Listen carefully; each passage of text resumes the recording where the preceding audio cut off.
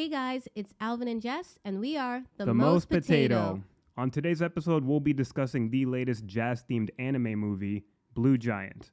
There will be spoilers ahead, so if you haven't watched this movie yet, save this episode and come join us after watching. Thanks for tuning in, and we hope you guys enjoy the show.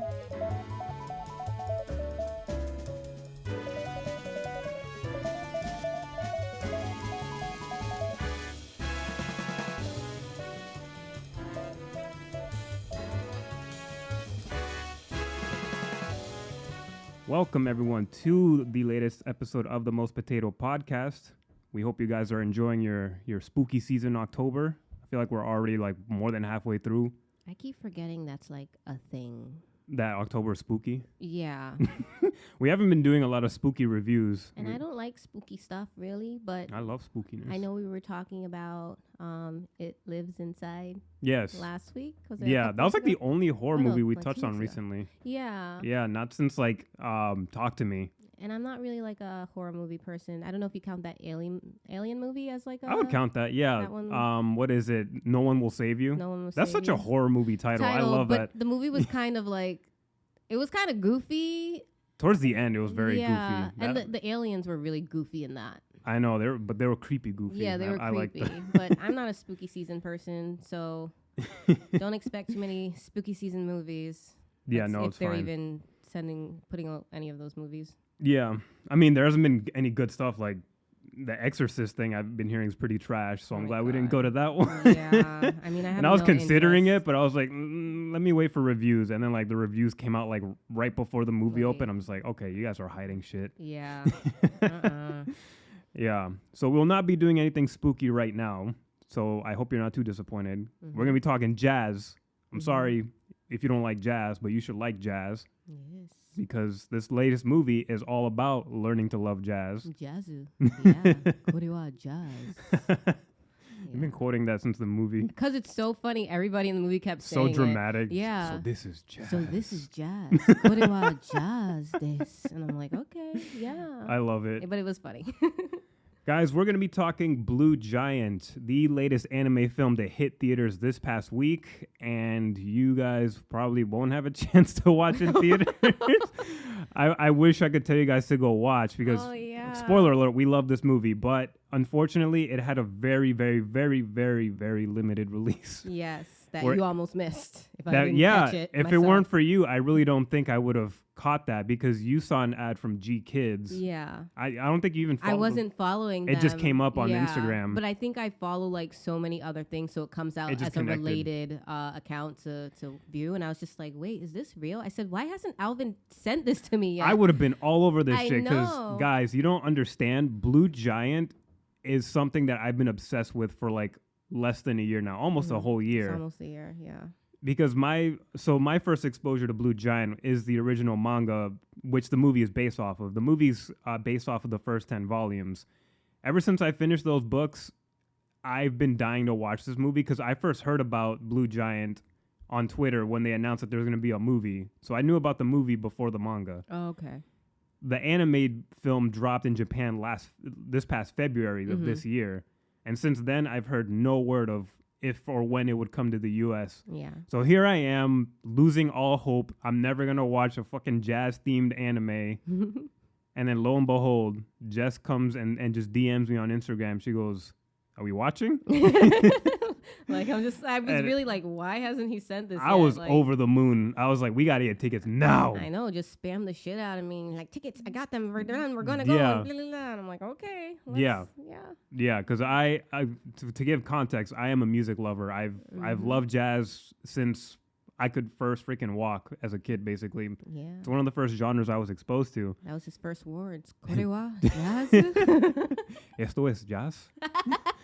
And I'm also a musician, so obviously I have a very, very strong bias for this type of topic. So we'll be talking Blue Giant, so there will be spoilers. So we'll try to keep it as non-spoiler during the first half as possible so that you guys at least can enjoy what we're talking about before we get into the details. And then you can stop from there if you want to. So this movie is directed by Yuzuru Tachikawa, who is famous for directing great anime series like Mob Psycho 100 and Death Parade. Oh, I wish there was more Death Parade. God, don't even get me started. I know. 2 animes that are very underrated and people should totally watch. The film is written by Number 8. I honestly don't know who or what a Number 8 is. I don't know if it's a person with a cool name or if it's like a team of writers. I don't know. That's all I could find on like some sort of pen name, like a, you know. Yeah, it sounds like a pen name. And also Shinichi Ishizuka, based on the manga series written and illustrated also by Shinichi Ishizuka. And we've also got great music composition by the legendary Japanese jazz pianist Hiromi Uehara. And our main cast, which focuses on a trio of kids who are trying to start a jazz band for the first time, is starring Yuki Yamada as the main character Dai Miyamoto. We've got Shotaro Mamiya, who plays Yukinori Sawabe. That's my man. And Amana Okayama as Shunji Tamada.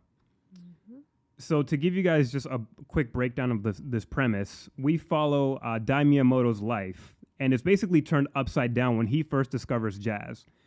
When he picks up a saxophone and begins practicing day and night, he immediately aims to become the greatest jazz musician of all time. Just casually just decides, I'm going to be the best there ever was in Japan. I like in the energy. World. Right? He leaves the sleepy town of Sendai, Japan, for the bustling nightclubs of Tokyo, but soon finds that life of a professional musician is not for the faint of heart. His passion eventually wins over the cocky but talented pianist Yukinori and his hometown friend Tamada, who, by the way, is a beginner on drums. Yeah, real beginner. As they launch into a new jazz trio whose rough sound contains a raw energy that quickly wins the attention from local audiences. But do they truly have what it takes to be great in the music industry that's quickly dying? We're about to tell you right now. Yeah, they make it. I mean, some of them make it. Some of them. We'll get to those outcomes. Yeah. So this sounds like a very just like standard music type story that you would see in like a live action drama. I mean, granted, I don't think I've been exposed to that many music related movies. I feel like we don't really see enough, at least not in America. Yeah. That doesn't tend, I mean, it's barely a focus in Japan, I think, from what I see too. And I don't think like I would really have been exposed to this if it wasn't for you or any like jazz movie like that movie with what's that guy named Teller? Miles Teller, Whiplash. Teller. Yeah, Whiplash. That's the toxic version of Blue Giant. But I enjoyed it because I enjoyed the music that was in it, the song that they were playing at least. I still jam to it. Yeah, I hear you. But like I'm not. I don't listen to jazz. Like it was never like my thing. It's not my favorite genre, but you listen to it so much and it sounds good. Like when I hear you in the other room listening or if you're playing, like it's really nice. So it's like, it's not like I'm just like, I don't like this genre. Just not one that I was really exposed to enough. Yeah. And it's not something that's always like in my life, but like with you, it's always here. Yes. Yes. In this household, jazz music is pop music at this point. Basically. And I love it too. So I was excited for the movie. I was excited mostly because you were really excited. Yes. So I was like a bouncing little boy. Yeah. I've not felt this much joy since Blue Beetle, another blue theme movie. Which that was an unexpected surprise. But here I had very high hopes and expectations. And I was very curious how they're going to pull this off because this is focusing on the story of the first 10 volumes where Dai is trying to set up a trio for the first time. Because just for context, this manga's been out for a couple years now. So there's already 2 sequel series after this where Dai gets older. We see him coming into adulthood. I'm going to get the translations in Japanese and I'm going to learn it and you're not going to know what happens. And I'm just going to fight you. Oh, wow. I'm going to fight you. You guys hear this? Help. I need to get my hands on those copies so bad. I often check to see if they're going to print. I follow 7 Seas. Yeah. They're the publishing company that licenses in North America. They would update it once they get that. Yeah, once they get the rights to that. I'm hoping with the movie dropping. I mean, the theater was filled. It was packed. We were supposed to actually go see it on this Saturday. past Sunday. Saturday was it? Oh yes, long weekend, right? Yeah, long weekend, so Sunday. Sorry, gosh, guys. Yeah, but Of we were supposed to October go see 8th or it, 9th, yeah. and then we had to change our movie time. We went on the Monday, on yeah. Indigenous Peoples Day. And we went on Monday, and we went to a 7 o'clock viewing, and the theater was still packed. And I'm pretty sure whoever got the 2 seats on the that Sunday, I sacrificed. yes, They were at happy. 4 o'clock, they were happy because those were good seats. I mean, our seats weren't bad. Our thought seats they were pretty good for downtown. I Yeah. was just like, but they were good. I forget how good downtown Boston's auditorium space actually is. It's they just have the seats proper that are sloping of the seats. Yeah. I mean, there was like a big head sitting in front of us. Like, Yeah. but that was like the only thing. Yeah, I was they trying couldn't to, control that. Yeah, I was like, control your head. Yeah.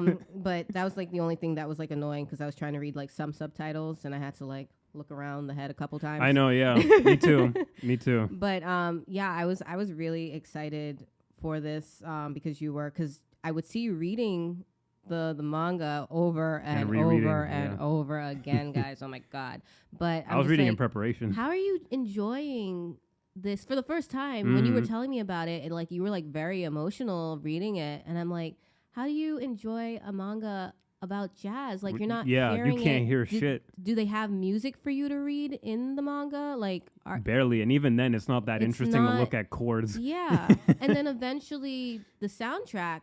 It dropped because the anime film dropped in Japan. Oh, because the movie dropped in Japan, then the soundtrack was available on like YouTube, Apple Music. Yeah, and then that's when you were listening. And for you, when you were reading or when rereading, I should say, did the music from the soundtrack, were you able to line that up and just be like, wow, this is even better? Like.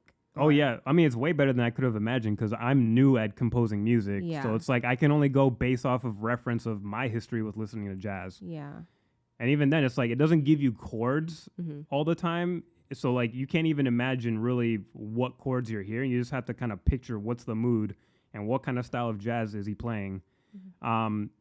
Yeah, and reading that, it's like it didn't really feel like a barrier, surprisingly. Like I did like a whole review on my personal YouTube channel. Yes, he did, guys. Go check that out. We will add that information in literally just YouTube Alvin Merlos and like Blue Giant review. Yeah, you'll see me awkwardly reviewing in my little hobby room. It was so cute. Yes. That's how much I love like reading it. Like I don't use my personal YouTube to post videos or anything. I just like nobody is talking about this. I don't know anybody else who's reading it. Yeah. So I had to like put the conversation out on YouTube. He just locked himself up in the hobby room and was just like, I'm making my YouTube, Blue Giant, we out here. And I'm just like, all and now we've come full circle and now we're doing it on our podcast for the movie, which I'm having fun already discussing it. So you'd mentioned that you were excited through proxy of me because I was excited. Yeah. So let's just go over like our overall impressions of the movie. Like, what's your general feeling coming away from this movie? Like, in terms of like the story, the characters, like, what did you feel about it now that we've watched the movie? Because you've never read it. I know. Yeah. Yeah. So we're going into two different perspectives here. I've got all like, I'm that freaking like. That guy that like fixes his glasses and just like, but actually in the manga. No, I used to do that. I don't do that anymore.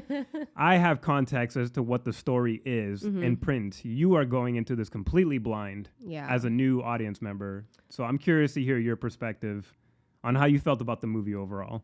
I thought I loved the movie. I really enjoyed it. I feel like I want to go back and read the manga just to get like a better feel of the characters, more detail, more background on them. Because you mentioned that the film actually starts when Dai leaves his village. There's like a whole, there's 3 to 4 volumes? Up to 3 volumes of him in Sendai just learning how to hone his sound and learning how to play with others. And I'm kind of glad that wasn't in the movie. I mean, that would be too much bulk. Yeah, and the movie was already 2 hours, which I know you're probably thinking like 2 hours of jazz movie, like what the hell went on then. But from start to finish, I never felt like there were any like lags. I was always like constantly like rooting for Dai and everybody else in the film. Like, are they gonna make it? Are they gonna practice? Are they gonna make it in time to the showing? Is Tamada gonna get better at the drums as a beginner? There was just so much going on, and I didn't feel like we needed the background. They did little flashbacks for each character.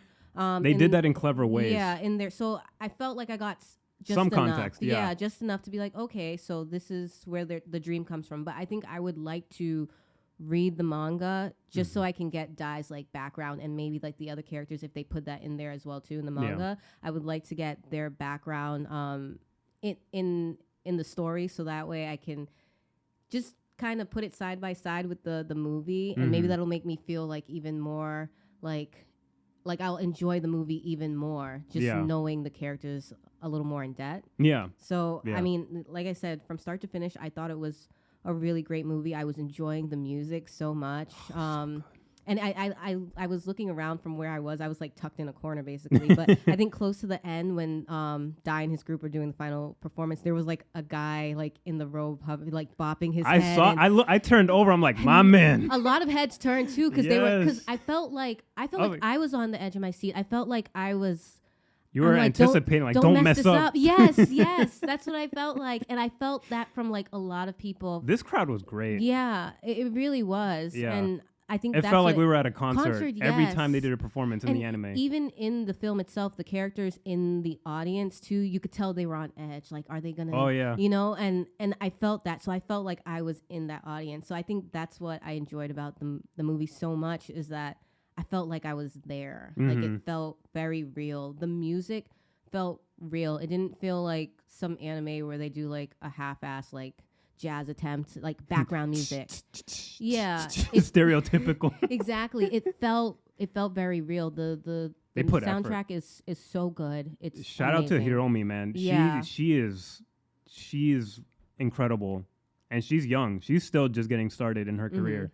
So for her to have that sort of pressure of like having to be in charge of a soundtrack for a film, that's a lot. Yeah. But she freaking killed it. She really did. And all the musicians that were involved, they killed it. Yeah. Yeah. I echo everything you say. Just like you just basically took the words out of my mouth. I felt like I was part of the crowd. It felt like I was part of the story. Yeah. And even though I have context and I've read this and I know what happens, it just felt like a new experience and that I was watching it for the first time. And just like seeing the story unfold for the first time, and I was giddy. Yeah. Like I was so giddy. I was like, "Is it everything you hoped?" Basically, because it is. It really is. And I wasn't sure how they were gonna pull this off, just because there was so much bulk in the manga. Like it works perfectly fine in reading material. Yeah. So I knew they had to cut stuff in the movie, especially to fit a 2-hour run. It seems long, but that's really not a lot of time to fit all that context. So yeah, I love the music was fantastic. The acting from the voice actors, they all did their job perfectly. The crowd was great. I'm really glad we went to the downtown theater. Yeah, that was like really our only option. Yeah. So I'm not trying to see this in Braintree. No, God no. Though I still would have gone if that was the only option. I know, yeah. Because I was desperate to see this movie. Yeah, the story was so good. And the directing. Fantastic. I couldn't expect anything less from the guy that made 2 anime that we both... Well, you haven't watched Mob Psycho yet, but... yeah, I've only watched a couple episodes. Yeah, but you watched Death Parade, and we love that, and I love Mob Psycho. So they got a great director on this. So he knew how to adapt this material. So let's get into like how the plot starts off. You mentioned earlier that the story makes a significant change from the manga, where we start with Dai entering Tokyo. Mm-hmm. So just to give a little context, the manga starts in the first 3 volumes with Dai in his hometown of Sendai, where he's learning how to play the sax for the first time. And he just knows how to blow really hard because he has a lot of stamina from being a basketball player, which they never once touch up on the movie, which is interesting. I think it's funny. Yeah, I think... But I mean, it's not like a super crucial plot point. Yeah. It just explains why he has high lung capacity. Exactly. Because he's athletic. Yeah.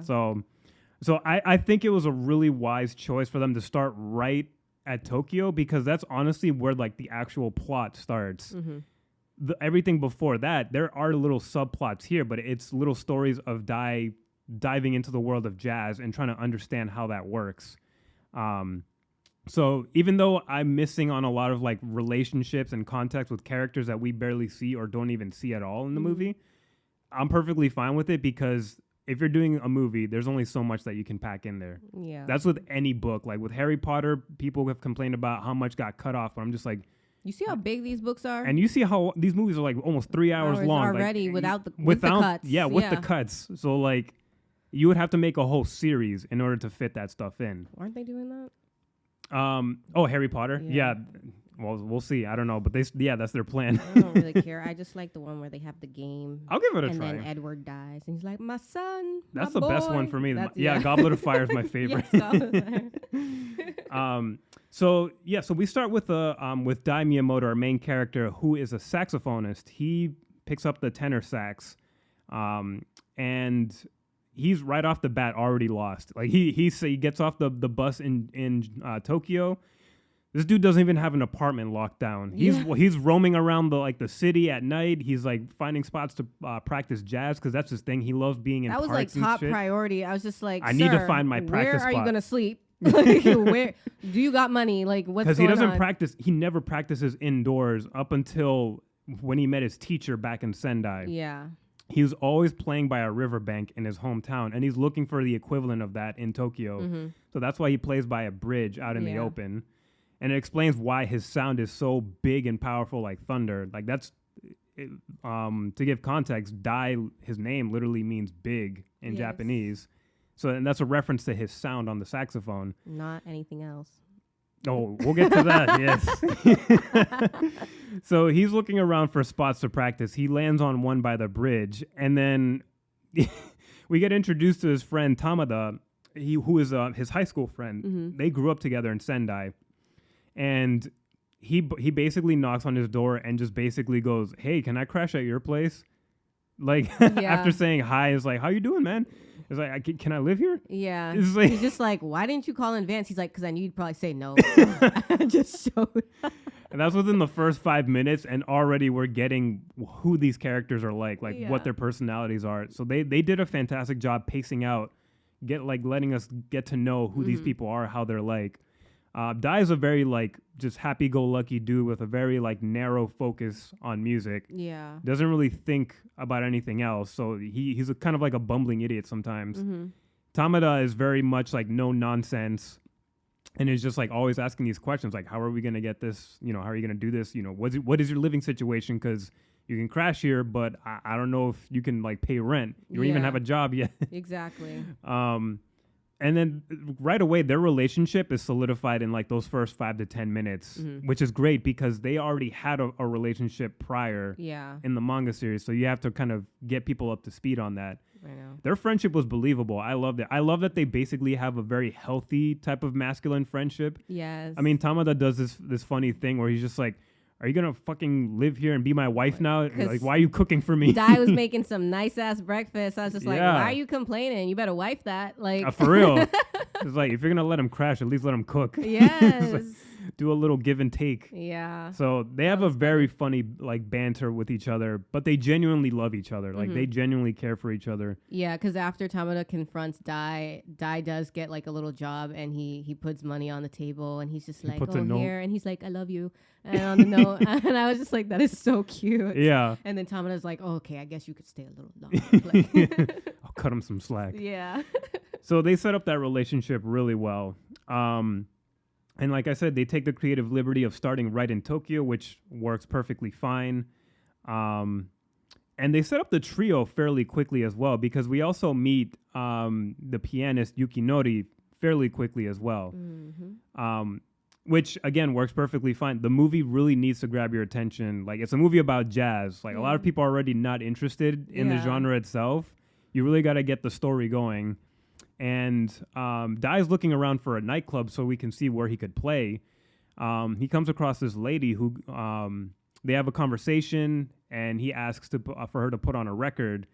And she puts on a jazz record, and he immediately just goes, "Ooh, that is perfect for the weather going on right now," because it's raining at night. Yeah.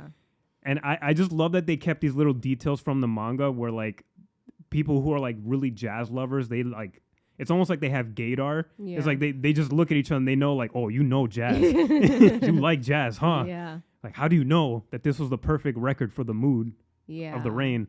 And she says that afterwards when she writes a note to him, and she goes, "Go to this club over here. You're gonna find a really good jazz players over there. So this is where you want to go." And then afterwards, she mentions to herself how does he know? How did he know that I put that record on just for the weather? Yeah. And that just tells you an indication of Dai's passion about jazz. He doesn't just casually listen to it, he feels it. Exactly. Because he's only been playing for 3 years, I think they mentioned. 3 years, yeah, just 3 years. I know I'm like getting a little ahead, but when he meets Yukinori and he's just like, Yuki's like, I've been playing since 4 or whatever, and he's just like, I thought he meant 4 years, and he's just like, no, since I was 4 years old. And he's like, what? Nani? Yeah. And Yukinori's surprised to know that he's only been playing for 3 years. He was just like, are you gonna be good, or you know? Yeah. Which, no, I was going to get to that because right after he leaves that first nightclub, he goes and he sees Yukinori. Mm-hmm. He sees him playing with a couple other guys. Yeah. And they sound good. They're playing some nice little funky, like, jazz fusion thing. And then right away, it's like love at first sight. Dai opened his eyes and he's looking right at the guy playing piano, and it's Yukinori. Yeah. And he's just like, Yukinori's a slut. They don't show how slutty he is from the manga, because in the manga he's got all these lady friends that he just casually hangs out with, and Dai can't even tell if he's sleeping with them or dating one or what. Oh wow. Yeah. And he's over here just playing with his one left hand, playing in the bass notes, and he's just like leaning back, and just like he looks like he's just oozing sexiness. And he goes, I need to play with this guy. And then the way they interact and meet is so good. And I'm glad they kept this from the manga. They fucking meet while peeing in urinals. Like they go to the bathroom, and Yukinori comes up right next to Dai, and he's got the nerve to look over his stall, and he goes, huge. Yes. And Dai's like, what? And then he looks at his own thumb. He's got a big welt on his thumb. Yeah. And he goes, oh. But then Yukinori goes, like, he makes a joke about his dick being big as well. Yes. So they kept the dick jokes that they made in the manga, which I really appreciate. I just thought that was so hilarious. Because like it just went back to your little joke earlier. I was like, oh, Dai. It just like it references something else. Yes. So they quickly strike up a conversation, and basically Dai wants to play with him. And Yukinori says, I got to hear you first. I can't just play with you. Yeah. Because he quickly spouts on about this philosophy that he has, that it doesn't matter how hard you practice. If you don't have talent, you're not going to make it, and you're not going to sound good. And Dai quickly contests that, and he just goes, why can't people just love playing music? Yeah. So he's on the opposite end. He's all about hard work and passion and fun. And Yukinori's about discipline and technique and perfection and talent, just latent natural talent, which he is very naturally talented. Yeah. Because he learned piano from his mother growing up. So very quickly on, like we start the journey of these three characters starting their jazz band. Dai plays the saxophone for Yukinori back at the ladies' club from the first time. And I hate that I forget what song was playing, because it's a really nice song. And Dai's just playing by himself. The original plan was Yukinori plays piano while Dai plays sax. Yeah. And then Dai's like, no need. I just need you to hear me out. He's like, I'm the shit. Just sit here. Just hear me out, and you can tell me if you like me or not. That's how confident he is. Yeah. He's like, I'm gonna win this dude over. And this is the first time we really see Dai play. We've seen him practice at the bridge, but this is the first time he's really, really performing for somebody. And right away, like the music is so crisp. Like I think in the auditorium we had a pretty decent sound. Yeah. I feel like there was a couple times where the drums sounded a little too far back sometimes, but that could have just been me. But for the most part, the music sounds fantastic, and it's crisp and it's clean. He plays this song. It's like the most emotional thing that I've heard already, and it's only like 10 minutes into the movie. And you can see he's putting his all into it. The animation is so beautiful. There's like swirling colors and shit. Yeah. Typical exaggeration that you see in anime, where it's just like if somebody picks their nose, there's like so many dramatic camera angles and like flashing like lights and everything. Yeah. But the colors, I really liked when they would do those moments, because I mean it was a cue, but it didn't feel like a cue because you felt it as well too. Like it enhanced what was already like what you were hearing. Yeah, but it's like to see it like somehow see it visually, see the music, like, you know. Yeah, and that's like the benefit. That's what I love about anime. Like I hate that anime still sometimes gets this like bad rep from people who are new to it. That it's just like, oh, it's animated. I shouldn't take it seriously. Yeah. Just because it's animated, just because of the medium, and it's just like, this is like storytelling that you would see in a live action story. So, I think, because I wondered, like, would this be good as a live action movie? Sure, probably, but it, this manga is all about like passion and like the love of the music. And it does it in a way that's like not just auditorily beautiful, but like visually it wants to represent those feelings and those sounds. And when Yukinori's listening, he's not impressed at first, but then his face is changing. Yeah. And then when Dai's finished, he goes, "What do you think?" And he just goes, "I see. Go home. I'll call you." Like, and Dai's like, "What? Give me a moment. Like, just give me some time." Like, you know. Yeah. And then once Dai leaves, Yukinori just starts breaking down and crying at the bar. And I love that. I just love how hyperbolized and how over the top the emotions are in this movie right off the bat. So clearly he's won over. So he signs on to play with Dai. And then pretty soon, Tamada joins the trio as well.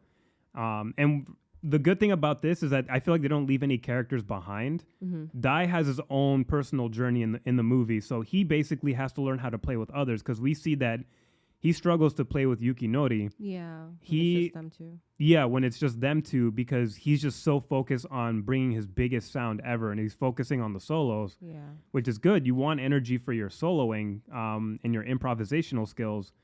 But you also got to learn to play with like the other people. Like if you're just doing stuff all over the place and you're not paying attention to what other people are doing, it's playing jazz is like having conversations with each other. Because usually multiple musicians are trading solos with each other, and it's like a conversation.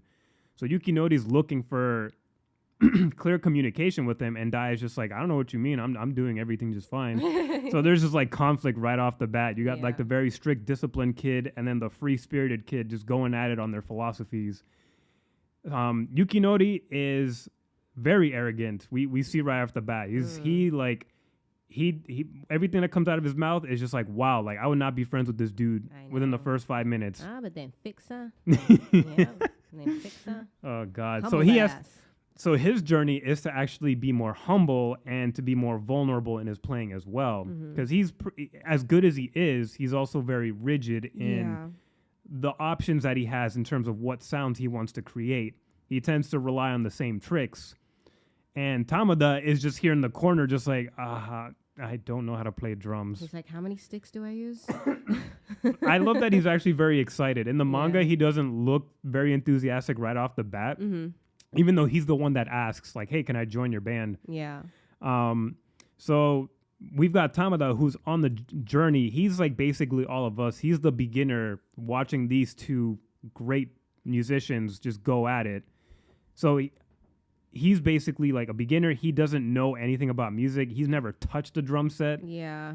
And there was a lot of convincing to make to Yukinori to keep him on there, to at least keep practicing with them. And it was cute because Tamada was actually trying. He went to go take music lessons with kids. These little ass kids. Yeah, like at a little music school. And he was just like, he's like, out of all the children, I was like the worst or whatever of them all.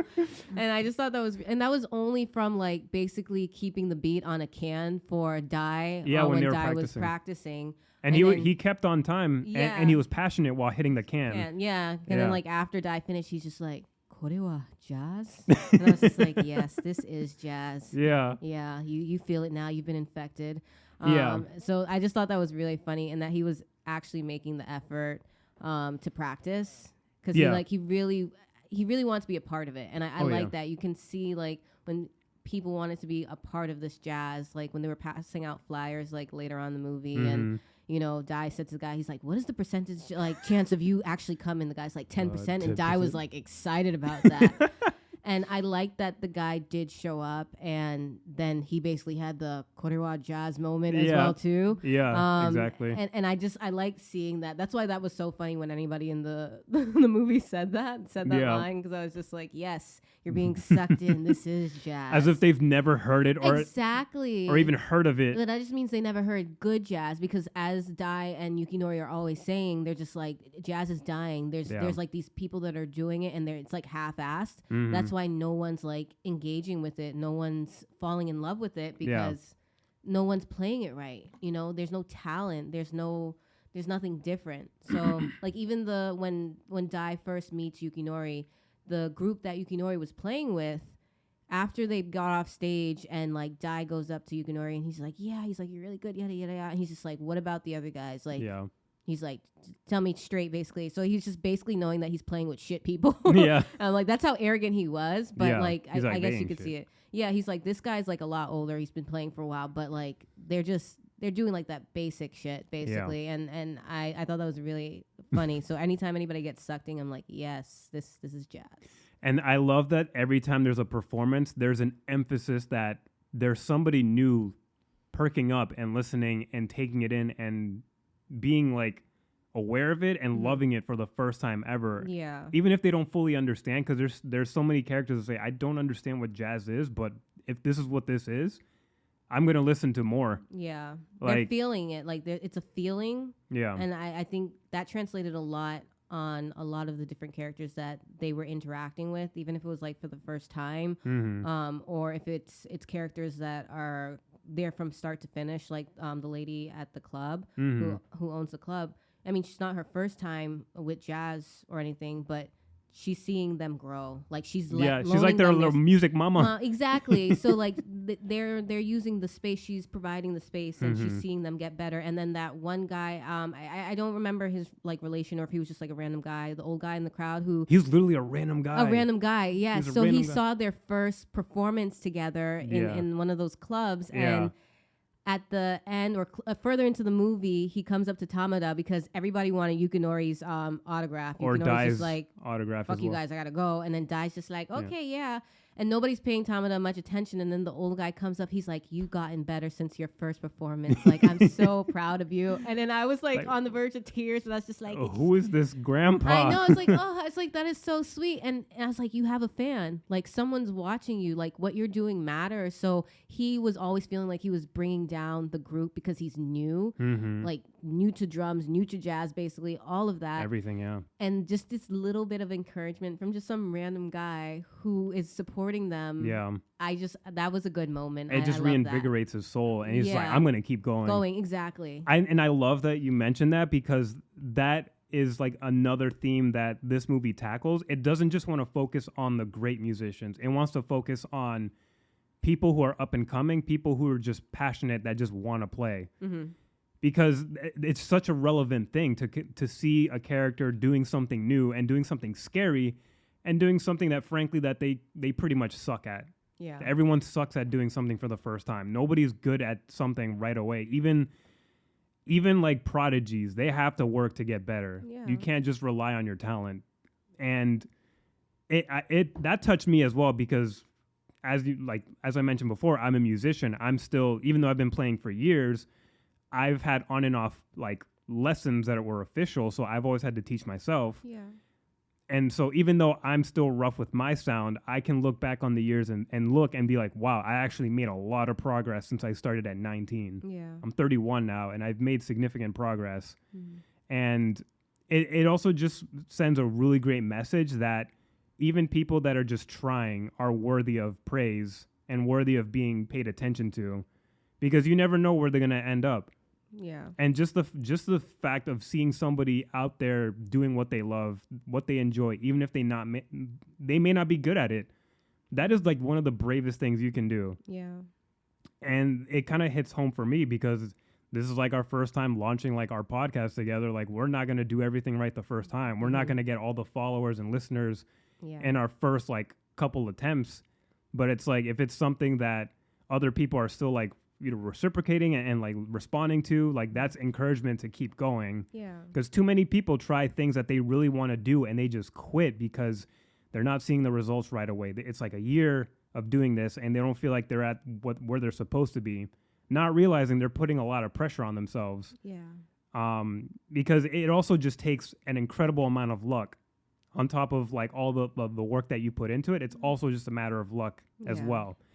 So it's all about just keeping at what you're passionate about. And this movie is all about that. And having Tamada as not the central focus, but like one of the focuses, which I felt like was kind of lacking in the book, actually. We didn't get that much. Oh, really? Yeah, I mean, we did get like that moment of like the old man coming up to him and encouraging him. I feel like the movie kind of zeroes in on his moments a little bit more often. Yeah. because in the book I feel like it's way more spaced out because there's so much other stuff going on. But I love those moments, and then Tamada he does get better. By the end of the movie, I'm just like, this is like a completely different drummer. Like this, like those drum fills that I hear, the fucking when he gets a solo later on, I'm just like, that is not Tamada. Who is this man? I picked up on that solo, and I was just like, that's right, Tamada. You showed them. Because this whole thing is like, I want to be able to solo, and eventually he does get there, and we'll get to that point when we get there. And the soloing is also like another big thing because of that, as I mentioned. The old guy that comes up to Tamada, that was like one of their like first like group performances. Oh my, let's talk about that first show because that's when Yukinori had the guy come watch them because they want to play at this other club, like this well-known jazz club. What is that one called? I forget what the club is called, but it's Yukinori's dream to play at this this specific club. Yeah, I think that's further ahead. That is further ahead. But the first show that they ever do, it's not to try to enter into Soul Blue. Oh yes, that's what it's called. Yeah, yeah. I think their second or third show. I think like their third show is when the guy. That's when the guy the owner of that club. Isn't that when Yukinori runs off right after that performance to go meet with the guy that he had? Yeah. So that's later on. So their very first performance is when Yukinori's writing a song. He's writing original music, and we don't hear them practice it, I think. Yeah, I don't think we ever really hear them practice. No. Our first time hearing the song, which is a really good song, it's on the album. It's called First Note. It's a really hard fucking song to play. Like, because this was the first song that they played where they really sucked. Yeah. They were bad. And it was because Tamada couldn't keep the time. Exactly. Like, it wasn't just a matter of him just like doing like these little tricks and stuff. It's like he couldn't even keep up. He stopped playing at some point. Yeah, because he was keeping time, but he was dragging behind Dai and Yukinori. Yeah, and then at some point he stops because he's losing his place. Yeah. And that he stops once the solos hit. And I'm just like, I fucking been there. I was in jazz band for like a year at in college, and I've been in those moments, like at least during practice. Yeah. When we would practice the entire song, when it came to soloing, like I would forget like how long am I supposed to solo, because you're supposed to improvise throughout the entire song. Yeah. It's up to the band to decide how many times each person wants to go through. Like you ask each other like how long you want to go for. Sometimes it changes on the fly. Like if somebody's really on fire and they're supposed to have a short solo, you get a look from somebody in your band and you just be like, go, keep going, keep going, because you're on fire. And I've had moments like that where I'm on the piano and I'm just like, first of all, I don't even know how to fucking improvise. I don't even know my theory yet. Yeah. And on top of that, I'm just like, the chords are already just like passing by. And I'm just like, what note do I play? Like, oh no. And I've frozen a few times and I'm just like, I had to do whatever it took to like try to keep up with the band, at least to just transition off to somebody else soloing. He just completely freezes. Yeah. And this I'm glad we get to hear them play this song again later in the movie the correct way, because this is a really cool song, but it's really hard. And I'm surprised that maybe it's because Yukinori is kind of a dickhead, but he wrote this song in like a time signature that's like very hard to follow and count. It's not like the typical standard 1, 2, 3, 4. It's like 1, 2, 3, 4, 5, 6, 7, 1, 2, 3, 4, 5, 6, 7. It's like a weird odd time. And it's just like, if you can barely keep a 1, 2, 3, 4, 1, 2, 3, 4. If Tamada could barely keep up with that, doing this odd time signature where you have to do 7 beats per measure and try to like solo over that, it's just like you're doing the impossible right now. Yeah. And it's just, when they played it, it sounded so rough. Like it really sounded like almost like a kid banging on drums. I was like cringing and trying to hide a little bit because I was like, oh no, Tamada. I'm like, good thing there's only like 3 people in the crowd. For real. They really only pulled like 3 people. Yeah. After Dai passed out like 1,000 flyers in public thinking that was going to work. But yeah, that first show was a disaster. And I cringed so hard. And since I only read it, I felt like I was at a safe distance because I'm like, I'm not hearing it. Yeah. I mean, I can imagine music being played messed up, but like actually hearing it like in a crowd in a theater, I'm just like, oh, this hits way different. Like I cringed so hard. Yeah. I just felt like secondhand shame, and I wanted to leave the theater real quick. But like you mentioned, even though they flopped really hard on their first show, Tamada gets recognition from the old man. He's like, you should keep going. And the guy that you mentioned that said he would only give it a 10% chance of showing up, he shows up and he's just like, wow, so that's jazz. Yeah. Because even though Tamada's like flopping on the drums, the other people listening, they're still like bobbing their heads and like honing in on the saxophone and the piano. Yeah. Even in that messy playing, they hear how good these two are. And then that also adds pressure onto Tamada. So I like that they kept it realistic. That were just like, yeah, these guys are going to mess up their first couple times. Yeah. And it was painful to hear, but we needed to hear it. So that was their first show. And so that wasn't like very good playing. So we didn't hear good music then. But I mean, we at least get to hear how good that Dai and Yukinori are. Because again, I only got to imagine it from reading it. Mm-hmm. The saxophone sounds really good. It sounds like it was in the theater. Like somebody was up to a microphone in the auditorium. Yeah. And it sounded like full. Like it sounds exactly how I imagined it. Because I've listened to all different kinds of jazz players. And I'm trying to think like, well, who does he exactly sound like? Mm-hmm. And it basically sounded kind of what I imagined, which is big and loud, but it's not like harsh. Yeah. It's not bad on your ears. It's like a very, I don't know how to describe it. It's like punchy and sharp in your ear without it being like overwhelming and like painful. Yeah. It's a very like, it lives up to his name. It's a big sound. Yeah. And Yukinori is all about like the very smooth, like pretty, like playing with the piano. Mm-hmm. I was like, I don't remember playing like that in 5th grade when I was playing sax. That's because you weren't practicing at the riverbank every night. I know, right? I was just like, this is stupid. There's too many buttons. I should go back to clarinet, which has even more. Yeah. And I love that every time that somebody plays music, there's like a narrative purpose behind it, whether it's showing people this beautiful like music, or there are moments where we saw reflections of Dai's memories in Sendai. Mm-hmm. We didn't mention that the first time he played for Yukinori. When he played, we saw images of people in his past and his hometown, his teacher, his friends. And even though we don't get to see those relationships and those stories unfold, you hear the context of those meaningful relationships to him in his playing. Mm-hmm. Like, it is a very mournful, sad, but also happy, beautiful sound. And then you get like these images of his history. And that's like really clever storytelling of like, here's some context as to what his history was. We don't have time for it, but here's this. And we forgot to mention during the movie, there's like interviews, like almost going on. They intercut with interviews that seems like it's taking place in the future. Yeah. Where Dai looks like he might have made it as a solo artist. Like the woman from the club that he was practicing. Yeah, she was significantly older in the video. Yes, and she was talking about Dai and the group and how they would practice. Dai's music teacher from back home. Yeah.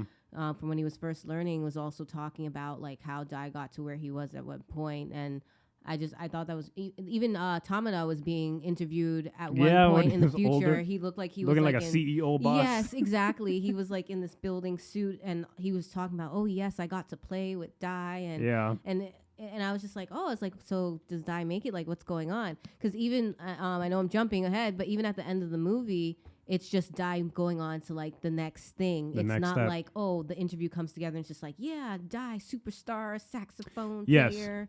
But I did like those little interviews because I was just like, all this time he's talking about, I'm gonna be the greatest, I'm gonna do the best, and then they're doing interviews, and I'm just like, oh wow. I was like, so what did he accomplish? Yeah. And it's just like, makes me want to know more after the film, and that's why I'm just like, damn, I'm like, can we get the translations for Supreme? And for real, and explore. It's like, come on. Like, I'm dying here. Yeah. Yeah, I'm glad that you brought that up, because those interview moments, I'm glad that they kept that from the manga, because there's a bunch more that we didn't see in the manga.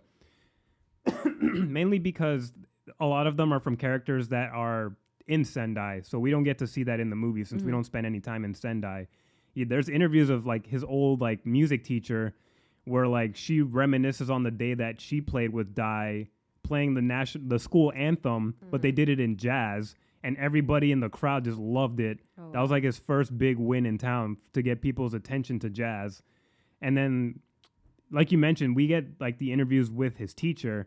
I knew there wasn't enough time, so I'm not complaining, but I'm saying I wish there was more time with his teacher, because their relationship is so funny. Like, he's just got no patience with this kid. Like, he berates him.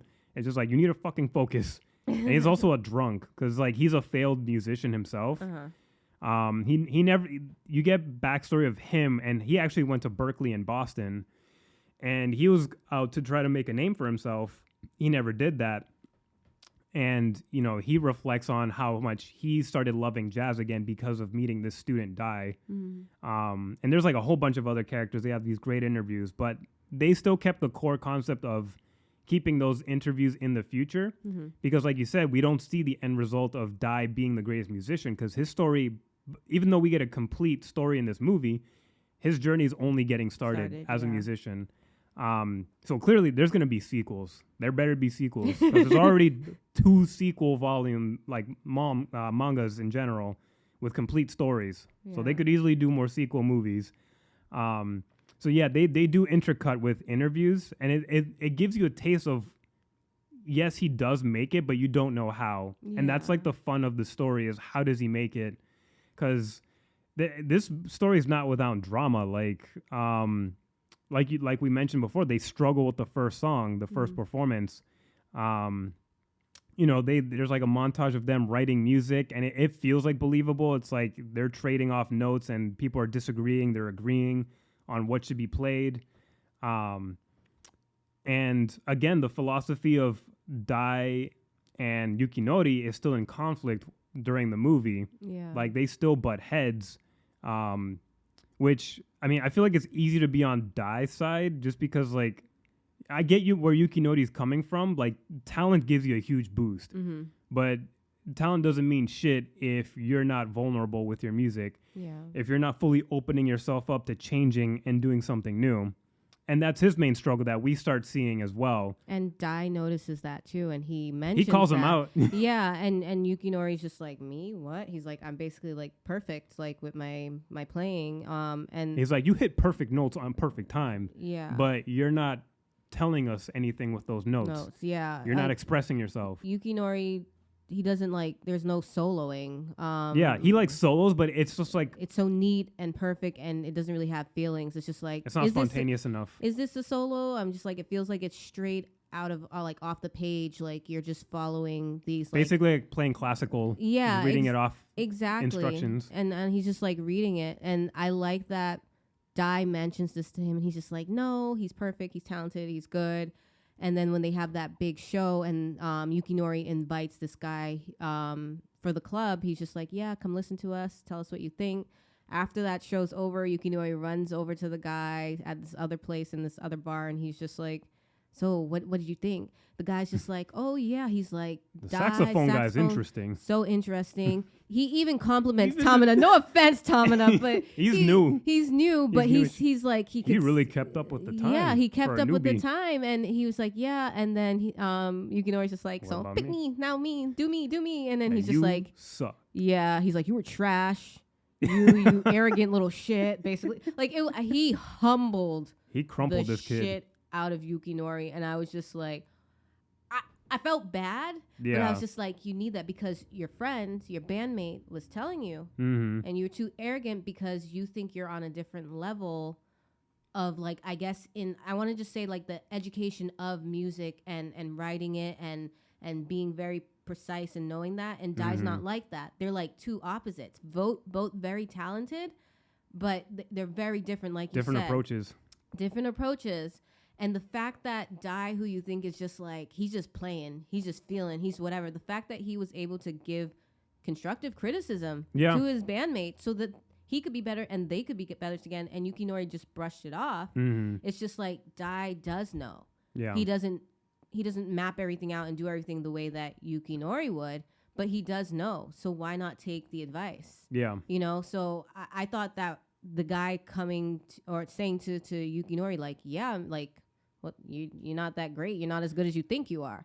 You know, and that put him into like a depressive, like, self-reflective mode. Yeah, exactly. Where he kind of was just like down on himself. And when he finally reaches out to Dai and Tamina, and they come over to his like little shitty apartment, Dai's just like, well, Yeah, Yeah, I I told you told you that. He's like, now I agree figure with what it he out. said. Yeah, he's like, now figure it out. And then Tamada's like, why are you being so mean? And you're always nice to me. And then I was just thinking to myself, I was it's like, different. Tamada, I'm like, you a baby. Like, relax. You know, I can't be yelling at a baby. I'm like, Yukinori is talking all big and bad. Like, he's the shit. And it's just like, I gave you constructive criticism. You didn't listen to it. Didn't listen to us. You basically, I mean, he admits that he messed up their chance of getting into So Blue.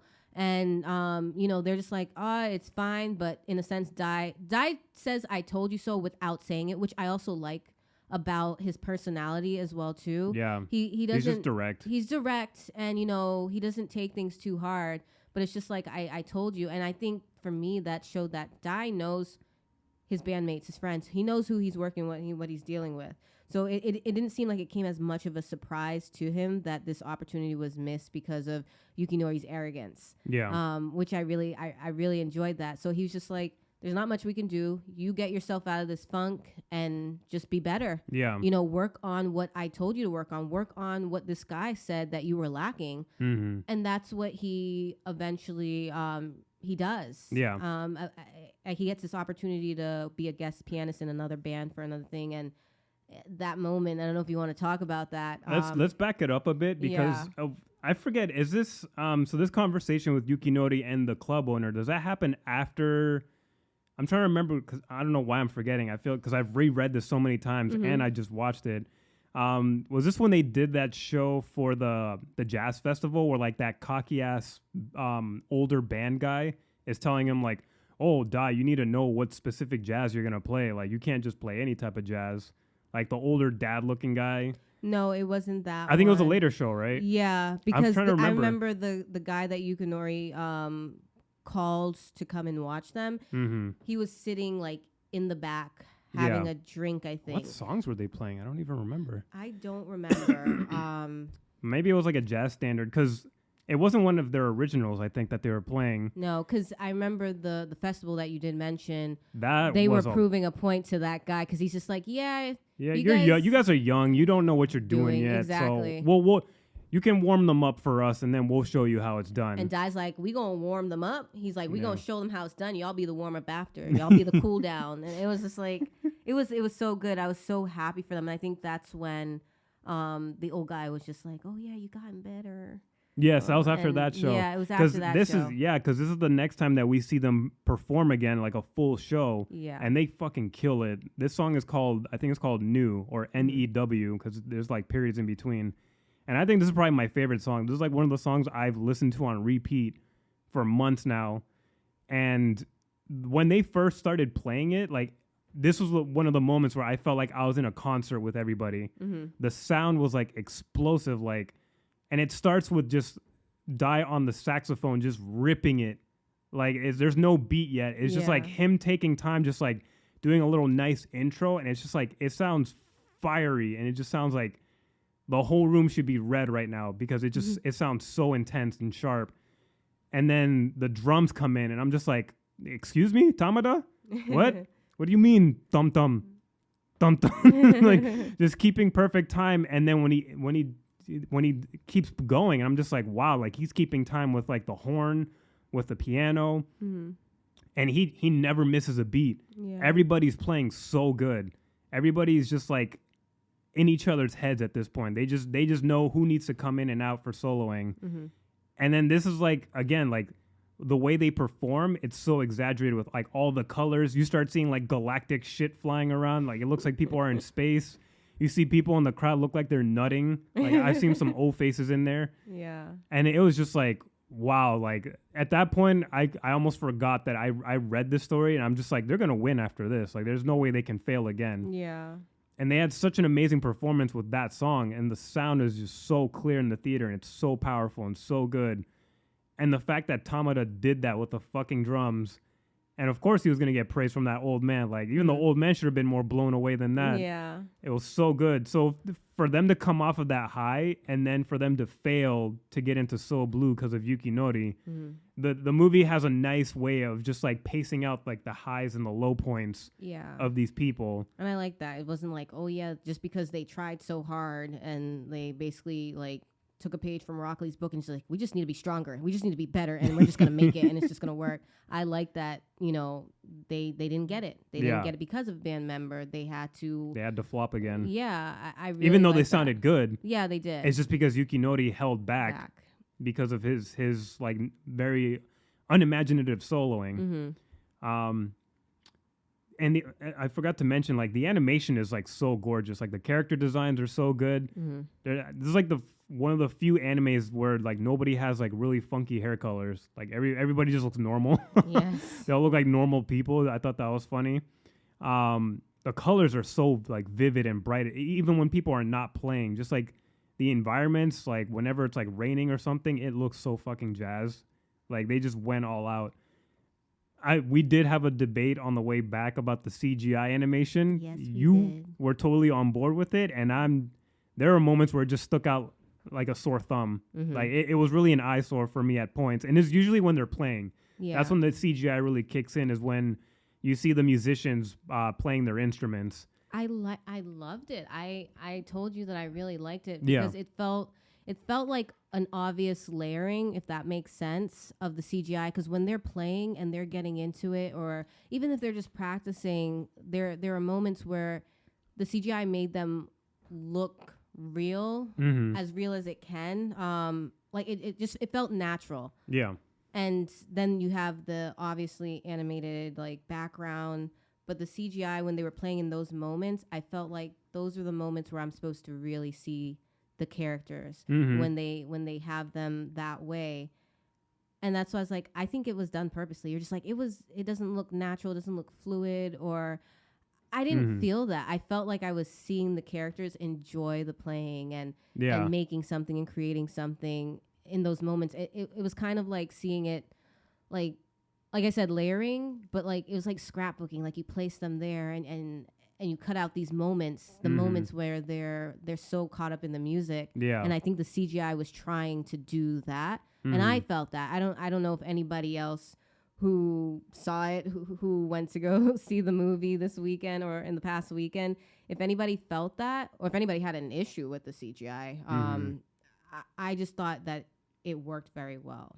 Yeah. I really liked those moments, and I locked onto those moments, not like, that looks weird, that's bad. Just like, wow, they're really getting into it. Like this, like the character, like he's really, that's how I felt. So I was just like, what do you mean you don't like the CGI? But you're very picky about CGI when you don't like certain I wouldn't things. say I'm picky. I would say there's just obviously CGI that's done well, and then there's CGI that still looks like it needs a lot of improvement. Yeah. And this was CGI that needed a lot of improvement in my eyes. It felt very like almost abstract to me. Like that might have been my problem, because the best CGI that I've seen blends in with the art style. Like I mentioned the latest season of Demon Slayer, where the CGI of those fish demon things, yes, you could tell they were CGI, but it didn't look like it stuck out of place, and it didn't look like it was like unfinished. It looked like it blended in perfectly with the art style and the environment and the characters.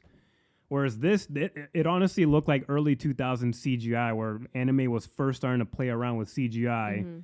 Like it just looked very rough for me, and they look kind of like blobs moving around.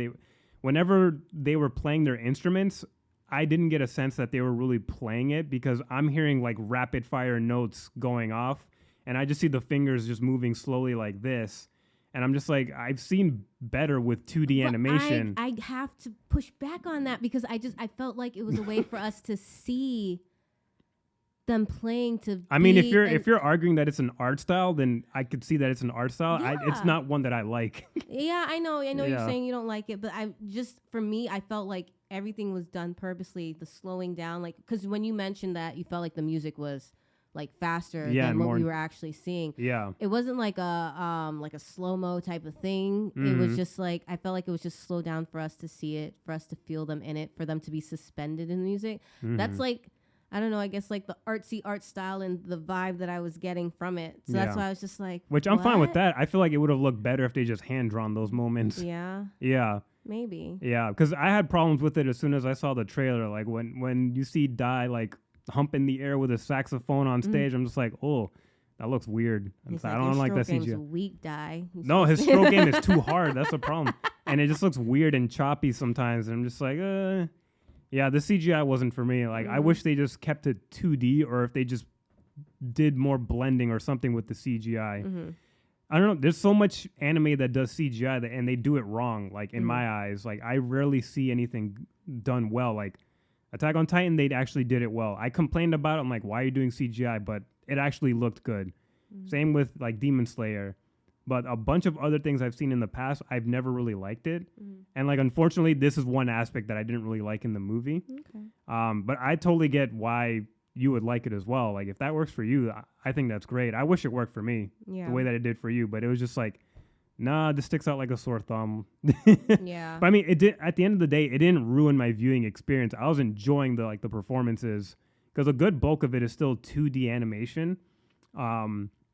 So even with the 3D stuff that I didn't like, I was still loving the performances, because just seeing that on the big screen and seeing the story unfold, like, it still didn't take away from my enjoyment overall. I think it added to mine. It's like, yeah, I don't know if that's just like my eye on it and the animation, what they did. Yeah. I mean, it's all subjective. It's not like there's an incorrect way to view it. If it worked for you, it worked for you. I'm not saying that's wrong at all. It added to it a lot, and that's why I was just like, oh, I was like, you didn't feel that? Like, you didn't... I felt agitated. I felt like I wanted to redraw those scenes. I really felt like it worked with what I was hearing, because, like, I was really enjoying the music, and I felt like it was, like, a visual guide for the music, especially since I'm not, like, a big jazz person. Yeah. You know, I mean, I love listening to music and all kinds of music, but I don't play. I don't, you know, I don't read music or anything like that. But I feel like when I like something and I hear, like, new music, if it's, like, the whole song or just part of a song, and I'm just like, wow, that's really, really good. That feels good. And to see what they did visually, it felt like a guide for me. Yeah. So that's why I really enjoyed it. But and I'm glad that you're saying that, because when I finished reading the first 10 volumes, I'm just like, this is something that even non-musicians would enjoy. Like, people that just want a good, fun story.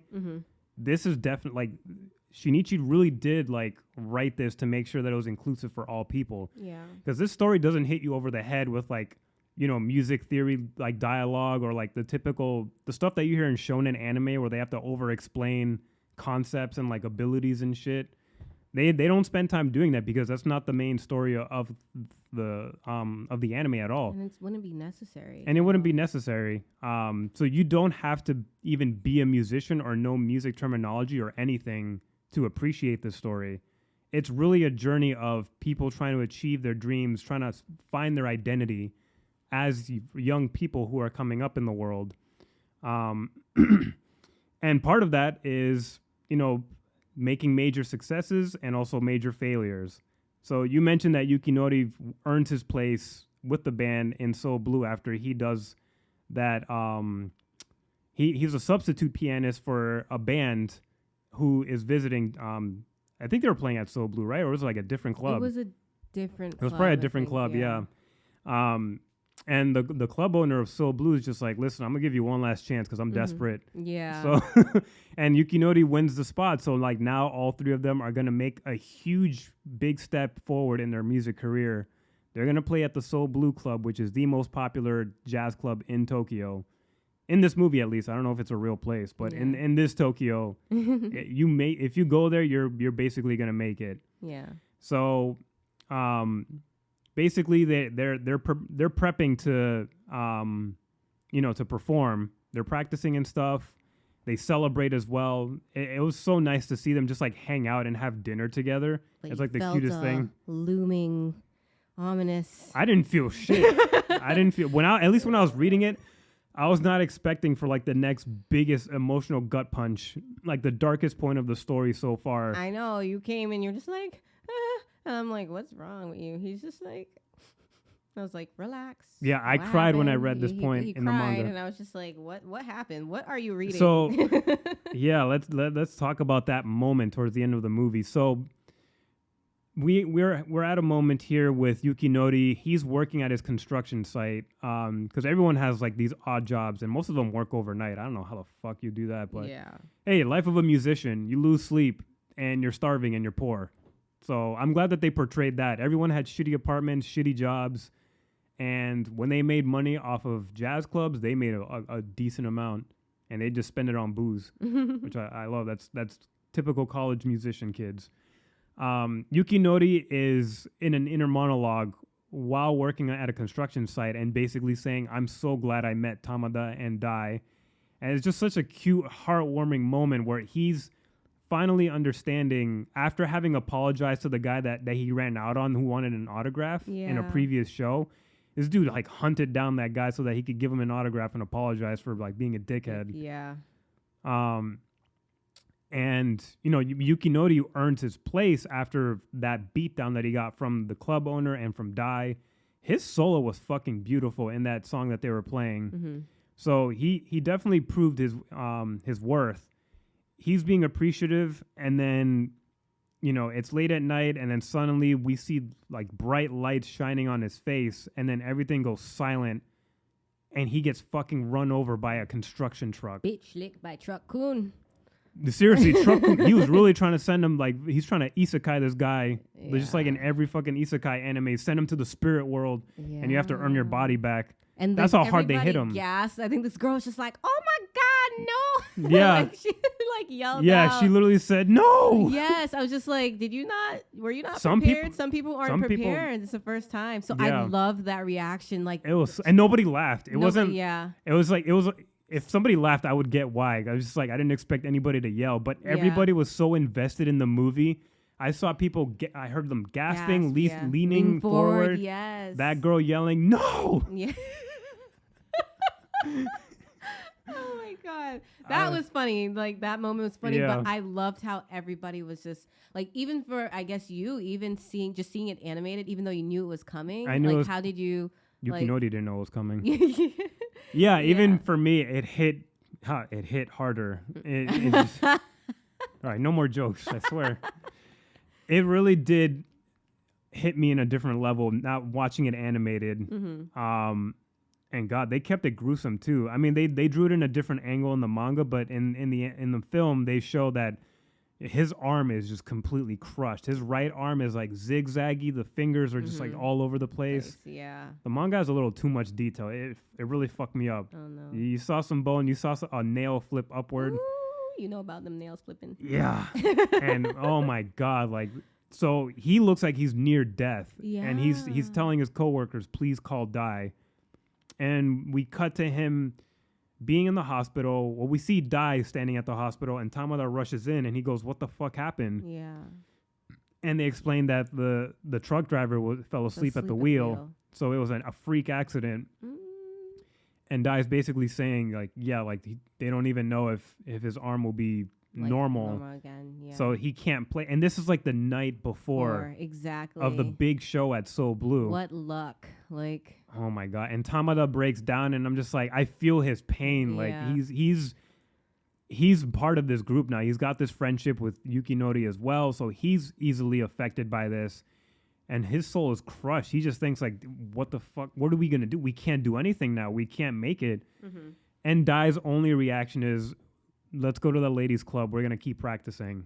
Yeah. And Tamada's like, what? He's like, what the fuck you mean? He's like, we need to plan this funeral. Like, what is going on? Yeah. And so basically, they go ahead and they prepare to play at So Blue with just drums and saxophone. And they had to call the club owner and convince him, like, we got to do this. Like, it took a lot of convincing for this guy to be like, you know what? I've seen so much potential in you guys. I'm going to go ahead and just let you guys play just as a duo. Yeah, but he's still uncertain because when the night came for them he to was play, scared shitless. He got up on stage. He's like, all right, guys, I know there's supposed to be 3, but there's 2. They might sound like shit. And he's just like, I'll give you free drinks on the house and a refund and everything if these guys please suck. Stay here and listen. Please. And thank you for your patronage. Hard, but I felt that vibe from him. He's just like, yeah, we're usually like top notch and good. So like if they suck, like I understand. And God, it gutted me when we saw like the poster and like the names of who's gonna be playing. Yeah. And they said, oh yeah, Yuki Nori unable to join because of an accident. Mm-hmm. And he had to announce that. And then the club owner lady, she didn't know until then. No one knew. And and she just broke into tears. Yeah. But Dai and Tamada, they go ahead and they perform. Yeah. And gosh, like, and I wish I didn't hear these songs beforehand, but I'm just like, I couldn't help myself. I gotta listen to the soundtrack if I can't watch the movie. Yeah. Because when I first heard the soundtrack without watching the movie, I already knew what the context of this song. It's called, I think the song is called We Will. And this was a song that Yuki Nori was writing for everybody. There was a moment actually beforehand, before the accident, we hear them practicing the song, and that's the first time I've ever heard the piano with this song. Yeah. So it feels kind of empty that Yuki Nori's not there with the piano. It's just drums, not even a bass, just a saxophone. So just melody and rhythm. Yeah. And that could easily go south. That could be easily boring. And that's why they were practicing. They were practicing to figure out how can we make this sound work without Yuki Nori. And man, I don't think they even slept. Like they came in and they crushed this performance, man. When they started the song, it's like this nice little march with the drums. And it sounds powerful. I like that they use like a marching rhythm, like da da da da da da da da da da. Like it sounds like they're going to war. Like it's just like this is, whatever it takes, we're gonna win. Yeah. and the saxophone sounds great. Like these two, they're putting their all into this performance, and you see the crowd getting won over like gradually. Like they're skeptical at first. There's some people still crying because they're just like, damn, like where the fuck is Yuki Nori? Like is he dead or what? And then in the middle of their performance, it just gets so powerful. Like the melody is so emotional. It's so strong. You feel their pain being played through this music, but you also hear their hope as well. Yeah. And then we get Tamada's freaking drum solo. Like his drum solo is just like, it sounds like he's been doing this for years, and he's really only been playing for like 8 months. Yeah. It's insane. And it's one of my favorite drum solos I've heard on a song. And he just goes at it like a natural. He's gone from like the guy that just like freezes with his sticks in his hands when he loses time to just like he's basically barely breaking a sweat while soloing. I know. I was like at that moment, I was like, oh shit. I was like, is he about to do something? Yeah. And then like I was like, because there's like a tense. nice little break. It's just like the saxophone pulls away, and then it's just like you just hear him on the pedals like. Yeah.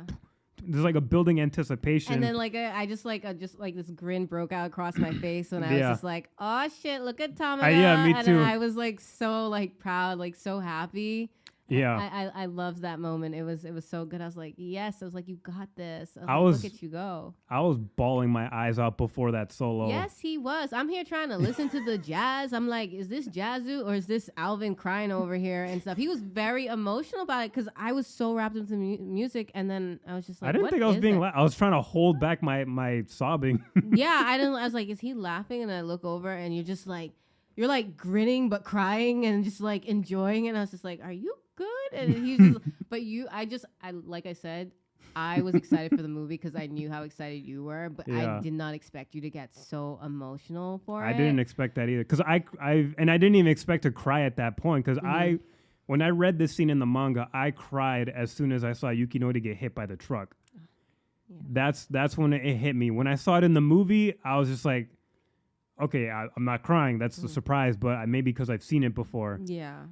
But then when the music started with just Tamada and Dai, something in me was just like, I felt hurt because I felt like Yuki Nori had to be there. Yeah. And the whole time, I'm just like the crowd in the anime. I'm just like, why isn't he there? Mm-hmm. This feels so like incomplete without him. Even though I loved it, it sounded great, but it's just like you could feel his presence gone. Yeah. And in the middle of the song, before Tamada's solo, I don't know, something overwhelmed me, and then I just started crying. Yeah. Like, because I think because this is the first time I'm hearing the song in the context of what happened. I've been hearing the song out of context beforehand. So hearing that song after the event that took place, I think seeing all of those pieces in motion, that was like a new emotional catharsis for me, where I just got so sad and overwhelmed. But I also like felt overjoyed that these two are putting their all like on the stage. Mm-hmm. And then as soon as the pedals started going before he got into his solo, I stopped crying. I just started smiling. Mm-hmm. And then he goes and Tamada goes into his solo, and I'm just into it. I'm just like, yeah, you kill those fucking drums as if it's the last thing you'll ever do. Yeah. And they finish the song and they get a nice standing ovation. Everyone's just like applauding. Mm-hmm. There's people fucking crying their eyes out. you still see people that we've seen along the way. You see like the 10% guy in the crowd. Yes. You see the club owner lady, grandpa, Tamada's fake grandpa. Yeah. We forgot to mention Yukinori's childhood friend that he mentioned. Oh yeah, the girl that used to play at the school with him, or when they were with kids. his mom. Yeah, and he would always just think like, I wonder if she's still playing. And then Dai was like, yeah, she's still playing out there. Yeah, you know. The manga did that scene a little better because Yukinori actually, after he does his winning performance for the club owner, when he leaves, he runs into that girl and they say hi to each other, and she goes, "By the way, I'm still playing." Oh, okay. And he breaks down crying in front of her, and he's like, "I'm so glad you're still playing." She's like, "What the fuck? What?" Yeah. So I forget I'm in an anime. Yeah. Everything's melodramatic.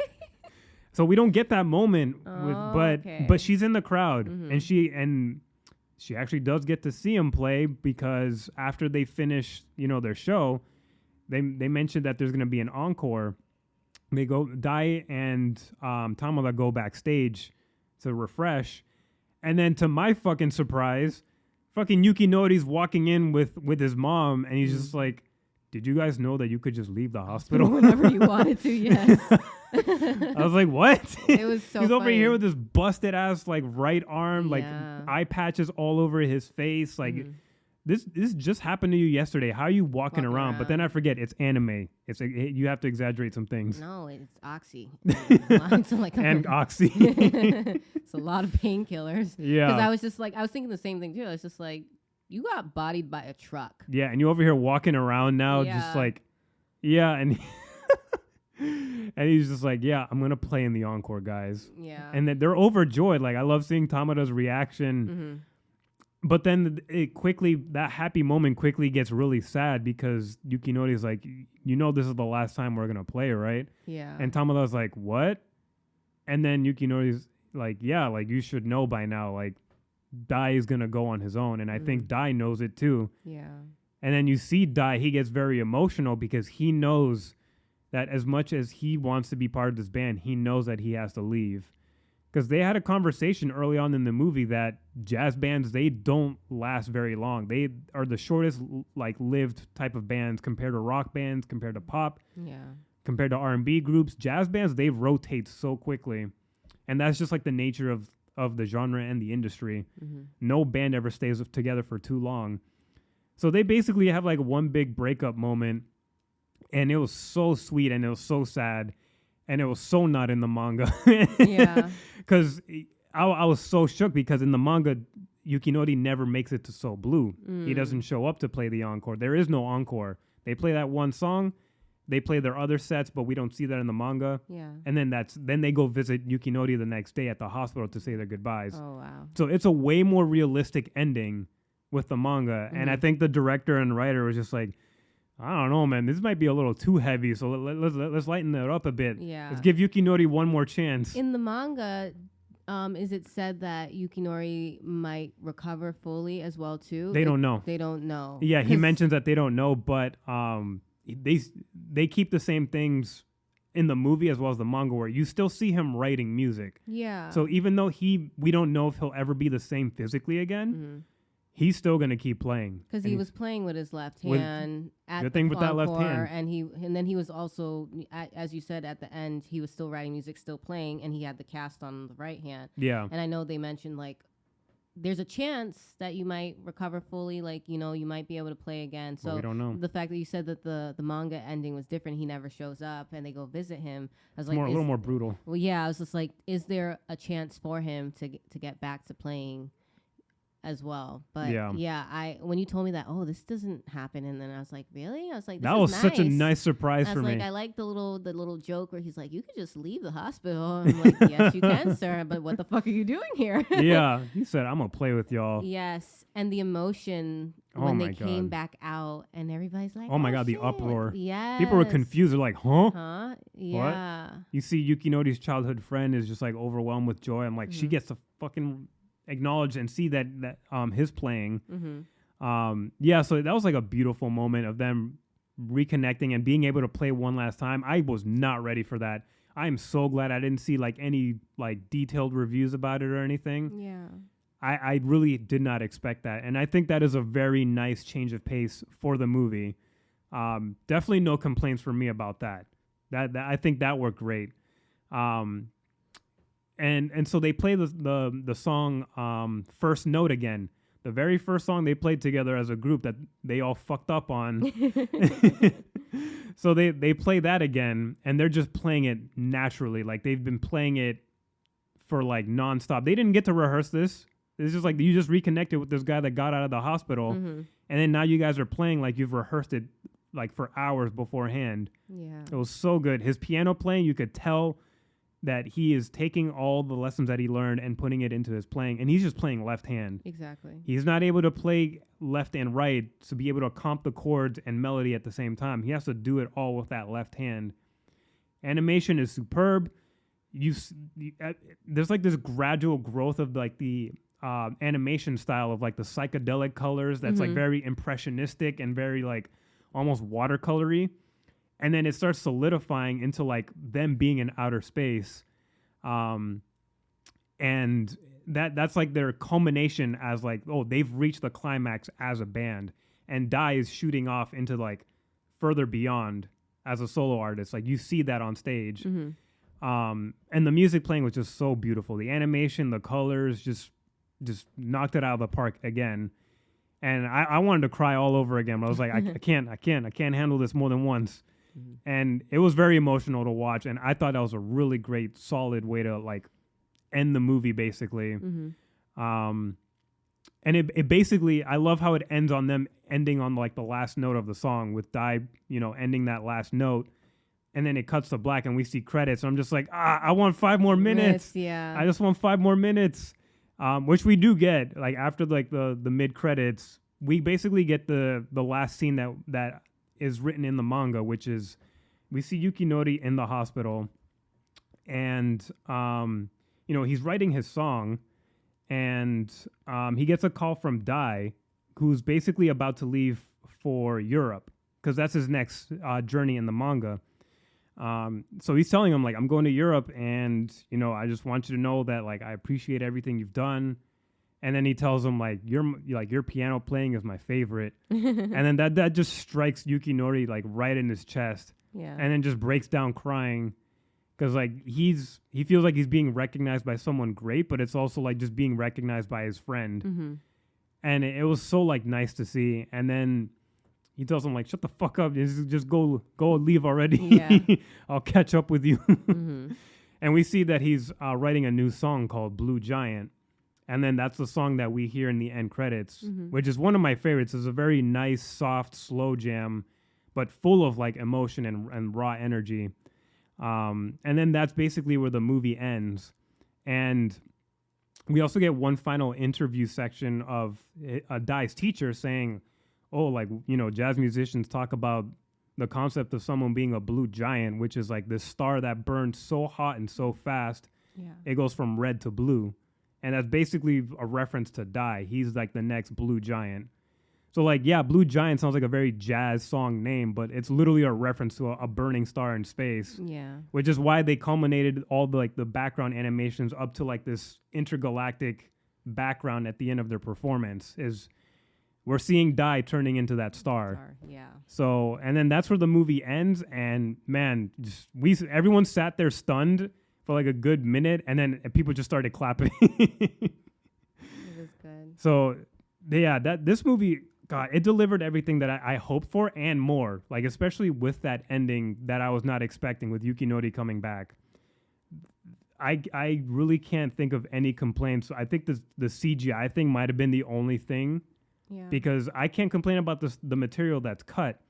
I mean, we don't get to see Dai struggle that much as a main character, but by that point, he's already in his prime as a musician. But because there's other things at stake with the other characters, like Tamada trying to keep up and stuff, and Yukinori trying to like learn new lessons, I feel like even though Dai doesn't learn too many new things, I feel like he still feels like a fully fleshed out character.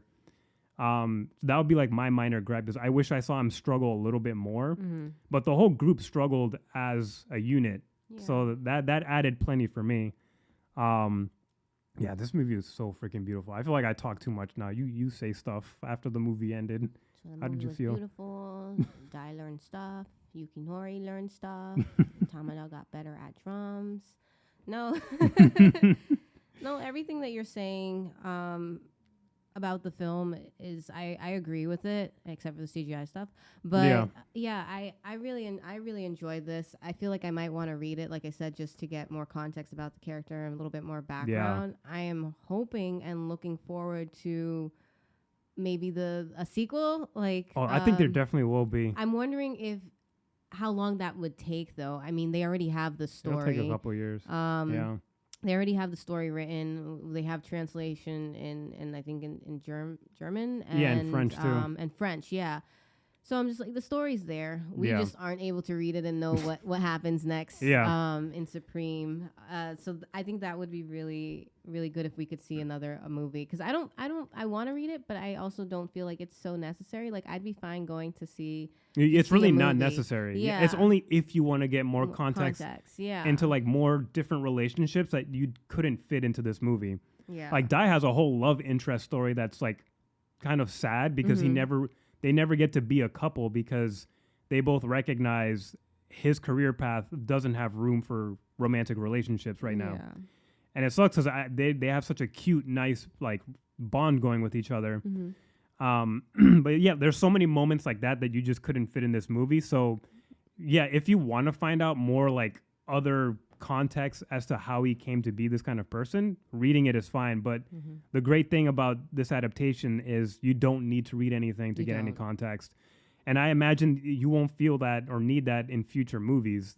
Like, if they continue with this great writing and this great directing, there's no need. If anything, it's just a way to push people to buy more of the manga. It's just like, oh, I need more of this story. The little bit of copies that they put into the stores. Because I felt like when you first started reading it, like, each copy was there for like each volume. Yeah. And they never restocked. Yeah. And then I was just like, wait, you're looking for the next volume. Why isn't it here?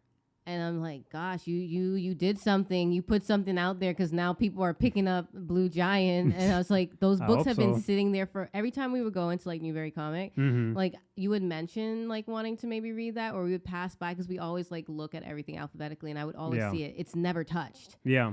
And then you started buying it, and then when you went to go get your next volume, it wasn't there, and I was just like, who the fuck is reading my man's books? Like, who else is reading Blue Giant out there? I mean, that's what I hoped for. Yeah. So. And I mean, like I said, the turnout in the theaters, I wasn't expecting it to be like full, like, except for the like shit seats, which they just need to fucking get rid of. Like, they'll never adjust that. It's so stupid. It's so stupid. Or they should be discounted. Like, if I have to sit like and break my neck, they would have to should be $2. They would have to close down the auditoriums and literally rebuild, which I don't think they could. They'd have to tear down some walls and shit. Yeah, that's true. So, but I'm just like, those are awful seats. But the house was packed, and I was not ready for that. Yeah, when we were buying tickets, I kept checking like the seating arrangements. I'm like, it's getting more and more gray. Yeah. And then when we got into the theater, I was like, holy shit. Yeah. Both Sunday and Monday were like full. Exactly. And those are the only days, I think maybe because it was limited as well, it pressured people to really come out. Yeah. So I just didn't know. I was like, do people know about Blue Giant? Like, there definitely, there is.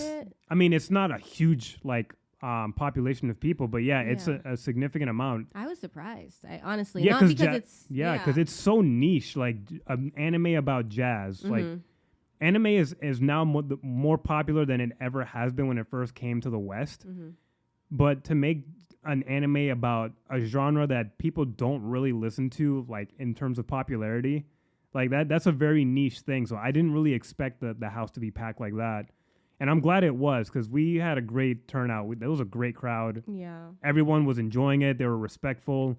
Like, it felt like a really, like, it felt like a concert experience, honestly. Like, it was so good. I'm so glad so many people came out to see it. I hope that it gets somehow some extensions of, like, showings in different cities. I'm hoping so too. I would. So I want more people to be able to watch this. It, exactly. Because I know we're talking about it and we're just like, yeah, guys, like at the end of this episode, we're going to be like, go see it. Let us know what you think. I'm sorry, but you can't. But I hope there are people who are listening who did get a chance to see it, if you come across, or at least want to read too before they get a chance to see it somewhere, maybe on streaming or something like that, because it was really good. It was a really beautiful movie and a really good time. And I'm glad you're saying that, because again, you're coming from a person that hasn't read the books, doesn't listen to jazz. You just like a good story. And this is what this was. This is a good, heartfelt story. Yeah. And you might have that moment of korewa jazz, like, as well, too. Oh, you're going to have that moment. You're going to love jazz after because, this. I was enjoying the music so much. I was like, oh, this sounds so good. Like, listen to them play. It's like, first you're just hearing Dai, then you're hearing Dai and Yukinori, then you're hearing Dai, Yukinori, and Tamada, and I'm just like, look at that, like, look at how they came together, and it just sounds so nice, and that's like all I wanted to hear. But I think if it comes out, if they decide it did good, let's do some more show times in the future.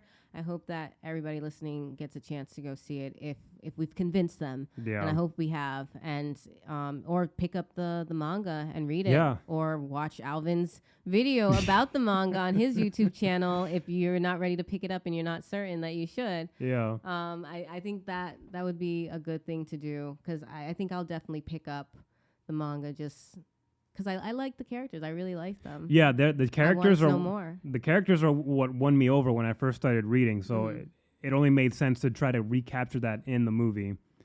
So yeah, that is all of Blue Giant, guys. And again, I hope that you guys are able to find opportunities to watch this. I'm hoping that it does get a little more mainstream success, because critically it's doing well. There's really not any major negative reviews coming out. And it seems to be financially doing well. I think it made money when it came out in Japan.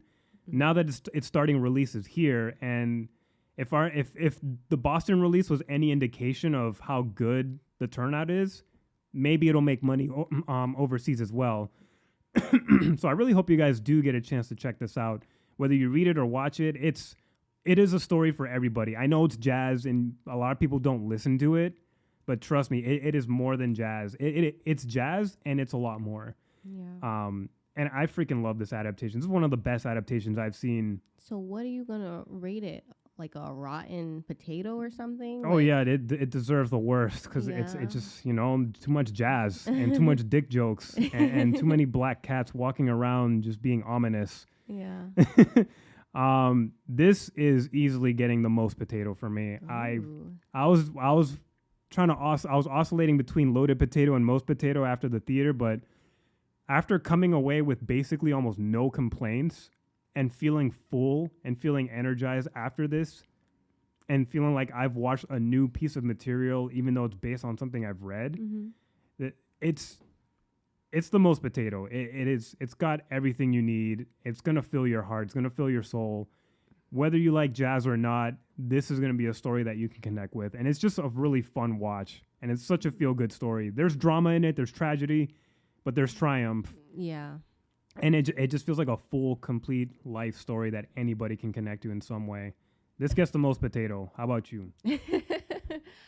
I think I would also give it the most potato. I really enjoyed it.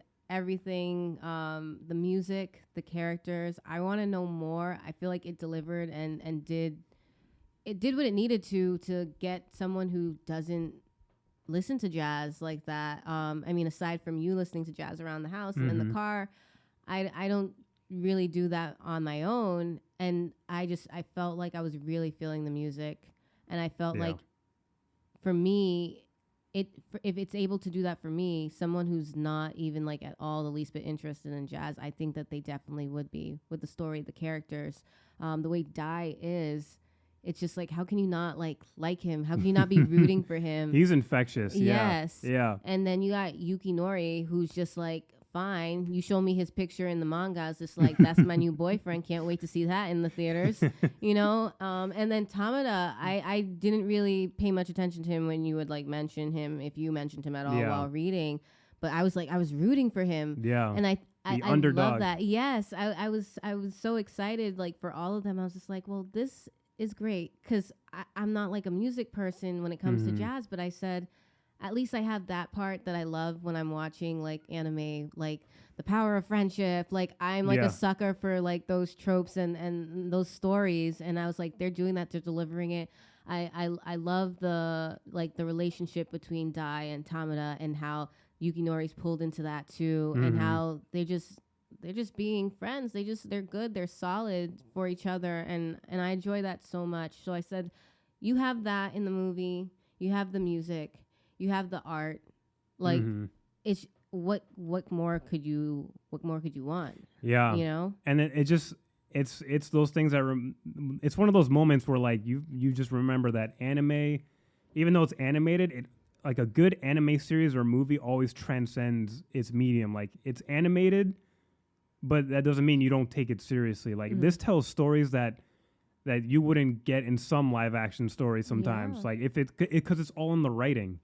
It's all in the writing. Like even here in the West, we get really great animated stories that critics won't take seriously just because of the medium, just because it's animated.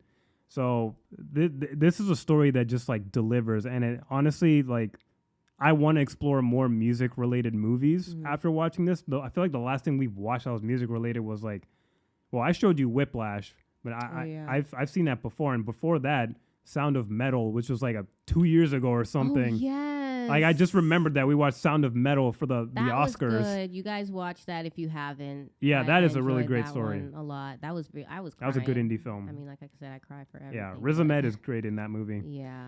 But yeah, this is just one of those movies where I'm just like, I love anime so freaking much because it just proves how sophisticated animated stories can be. And when it does, like when it's so sophisticated like that and it really moves you and it translates the emotions, it just makes you like love the animation even more, love anime even more, because it's like, well, what more can you do? If you were able to do this, you were able to get this emotion across just by like drawing some lines and doing some shading and making it move on a screen for me. And it's not a real person. And I'm just like, so far we've got like shitty actors coming out or we're gonna have fucking AI soon that can't properly emote. So it's just like, if we're gonna have AI in the future, I'm just like, let's keep up with the animation, because that's where I'm gonna get my emotion from. And like you said, the story. If the story's good, it will translate. Like we will feel that. And I think that's whenever I'm watching something,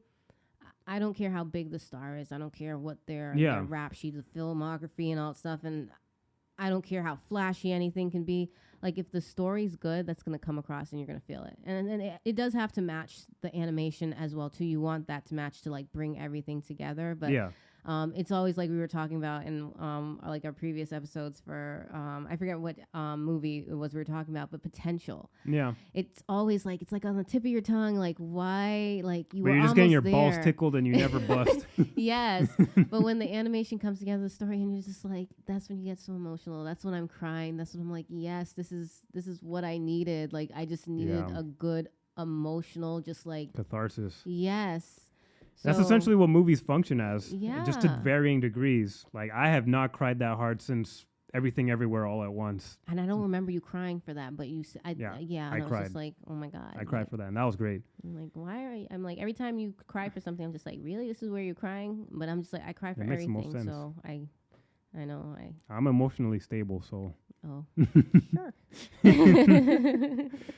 So yeah, that was Blue Giant, and that will wrap up our thoughts on this. Guys, I hope you guys got a chance to watch this. If you did, let us know what you think.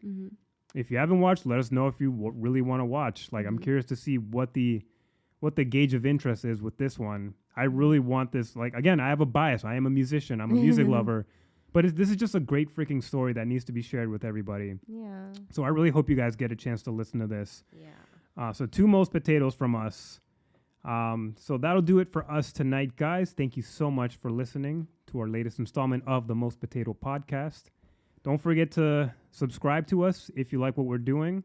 Hit that follow button, hit that notification bell so that you don't miss out when we post new episodes. Follow our social media. That's going to be linked in the description in our Spotify accounts and everywhere else. And then, listen to us wherever you can. We're on YouTube as well. So wherever you can hear stuff, we're there. Yes. Where you can't escape us. You cannot. So, spooky season. Yes. Thank you guys so much for listening, and we will see you guys on the next one. Bye.